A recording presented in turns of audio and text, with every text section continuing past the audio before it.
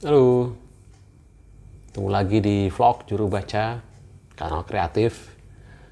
Bersama saya Hasan Asbahani, kita ngobrolin puisi lagi. Ya, Taufik Ismail pada tahun 61, artinya umurnya 26 tahun,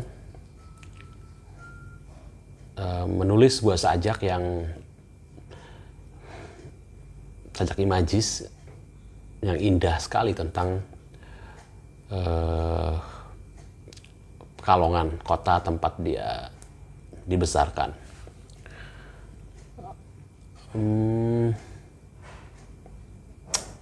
Sajak itu, saya menyebutnya sajak imajis karena Taufik benar-benar hanya memotret, deskripsikan kota itu lewat peristiwa-peristiwa, lewat pemandangan apa yang dia lihat, lewat bau aroma makanan yang dijual di pinggir jalan mungkin atau di restoran yang tercium di pinggir dari jalan, aroma kain batik yang juga tercium, yang menjadi penciri kota itu. Jadi sajak itu benar-benar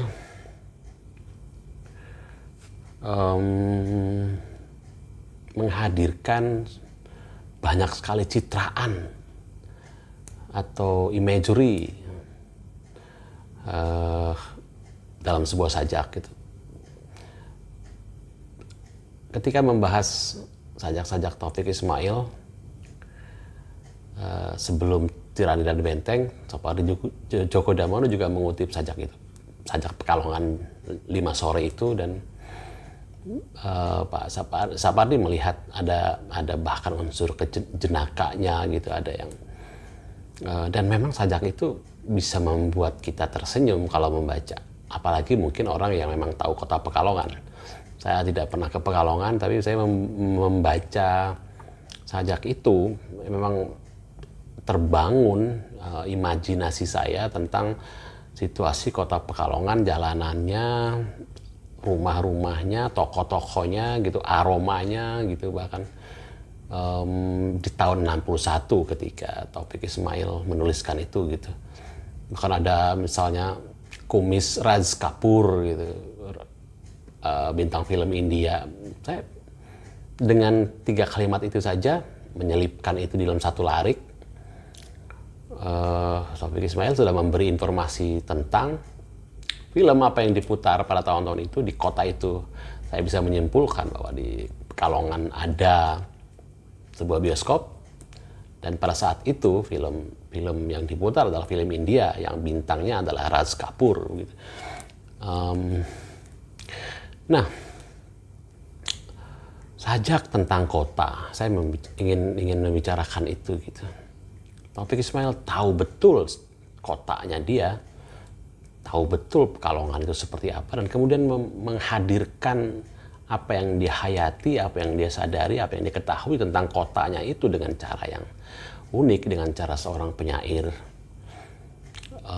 Sajaknya tidak menjadi sebuah sajak potret yang datar, yang sekedar melaporkan, tetapi tetap terasa ada pemilihan imaji-imaji, citraan-citraan yang dengan diksi yang juga unik, yang sangat dia kuasai gitu. Itu membuat sajaknya tidak menjadi sekedar potret datar yang transparan habis sekali baca itu gitu.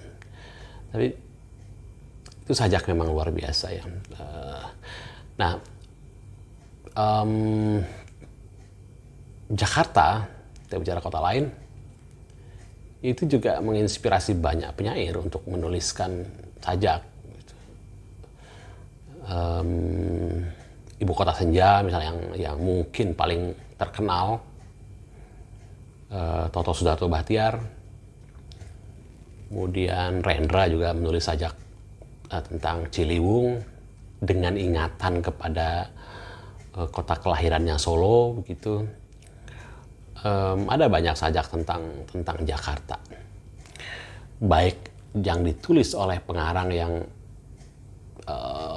dari daerah kemudian menetap di Jakarta, atau penyair yang hanya berkunjung sebentar ke Jakarta, pulang membawa kesan tentang kota ini, kemudian menuliskan sajak begitu.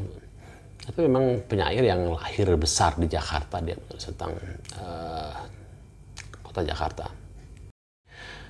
Yang ingin saya bicarakan sekarang adalah sebenarnya kenapa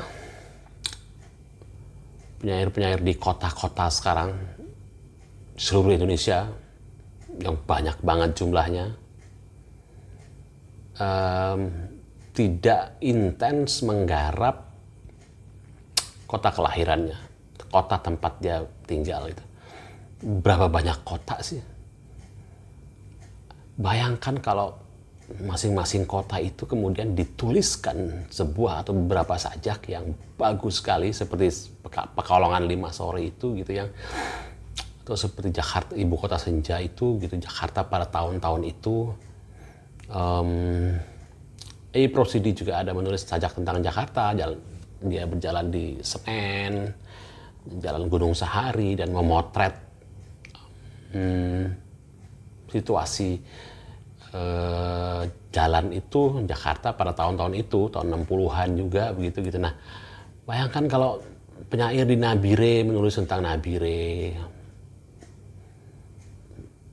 kan harusnya orang yang tinggal di sana yang tahu betul tentang kota itu kan. Orang penyair muda hari ini yang tinggal di Rote menulis tentang kota Rote, penulis yang tinggal di Kudus menulis tentang kota Kudus gitu. Apapun tentang Kudus itu gitu. Penulis di Samarinda, penyair di Samarinda menulis tentang kota Samarinda misalnya.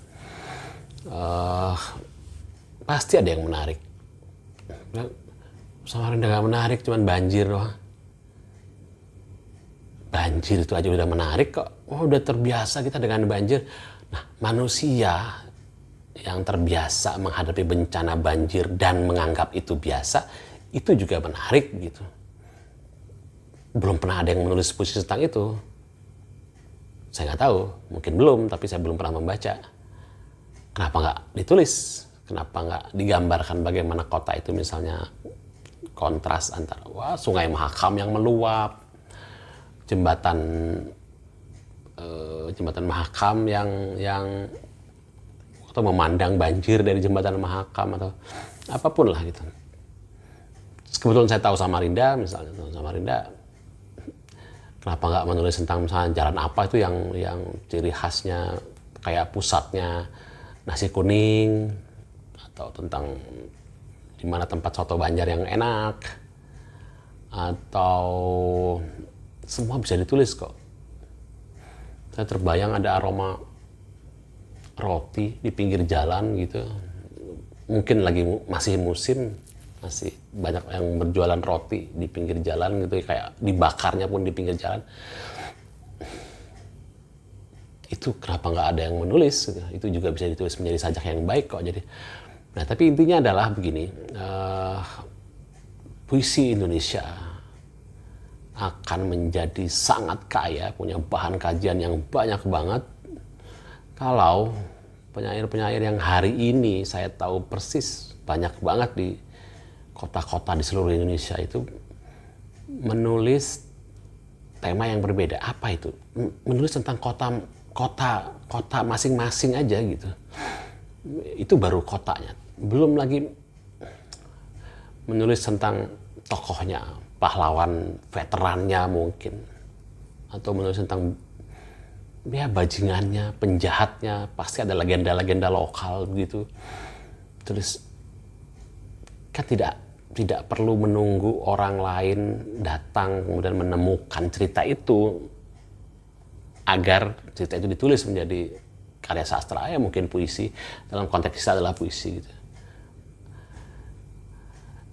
Ketika membahas topik Ismail yang menulis tentang Pekalongan 5 sore itu, Sapardi bilang ini adalah pekerjaan orang yang jeli mengamati. Dan memang itu yang diperlukan. Kalau memang ingin menulis, sesuatu yang unik tentang situasi kota kita. Kita harus jeli mengamati. Itu yang sering saya ulang-ulang, untuk menjadi penulis puisi yang baik, kita satu harus mengalami, mendengar cerita, mengalami sendiri, melewati jalan itu sendiri, mencium aroma yang ada di jalan itu sendiri, itu mengalami, baru menyadari bahwa oke, ini unik ya, oke, ini mengingatkan sesuatu, oke, sadar bahwa saya pengen merekam itu dalam bait-bait sajak saya. Menyadari itu, baru menghayati mungkin memberi makna atau menyelipkan makna atau menyembunyikan makna ke dalam apa yang hendak ditulis itu gitu. Itu yang diperlukan. Tapi ya lakukanlah itu gitu. Sekarang berjalanlah di kota kita, nikmati malam-malamnya, nikmati paginya, nikmati mungkin suasana berantakannya, menikmati becaknya, menikmati lalu lintas angkutan umumnya yang kacau. Itu menjadi rekaman yang kelak akan menyimpan menyimpan nilai-nilai tertentu yang kelak dibaca,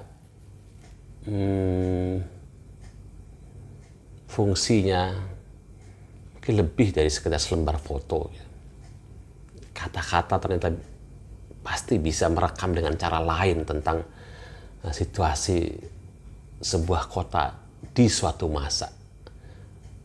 Dan kita sebagai penyair di kota kita harusnya memikirkan itu dan melakukan itu. Oke, terima kasih.